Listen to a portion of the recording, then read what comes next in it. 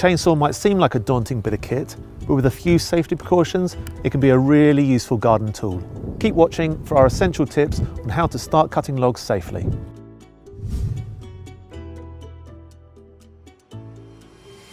It may seem obvious, but the chainsaw is one tool where you really should read the instruction manual before you start. And we recommend going one step further and booking yourself onto a course. First, it's essential that you wear the proper safety clothing. Chainsaw boots, chainsaw trousers, chainsaw gloves, a hard hat, ear defenders, and a visor or safety glasses are all essential. Carry a first aid kit as well.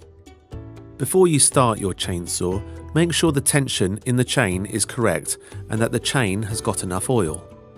If you have a petrol chainsaw, it's best to start it on the ground, especially if the engine is cold. Then, before you start cutting, check the throttle and safety chain brake are both working correctly and that the chain isn't creeping forward when the engine is idling. Then, look around you. Make sure that nobody is within 5 meters of where you are working. Now, one of the main reasons that we wear all of this protective gear is to protect ourselves from the risk of kickback. Now, kickback is when the nose of the saw catches on the wood and rather than cutting the wood, it just flies back towards us. 3 things that you can do to keep yourself safe and avoid kickback when cutting logs is 1, make sure you look after your saw, including keeping your blade sharp. 2, avoid cutting with the nose of your blade and only cut with the middle or the back. And 3, when you are logging, stand to one side so if kickback does occur, you're not in line with your blade. When you start cutting, make sure the saw is running at full power. Stand to the left of the chain. You should be able to read the brand name on the side of your chainsaw. Make sure you grip the handle and the throttle fully with your right hand, even if you're left-handed.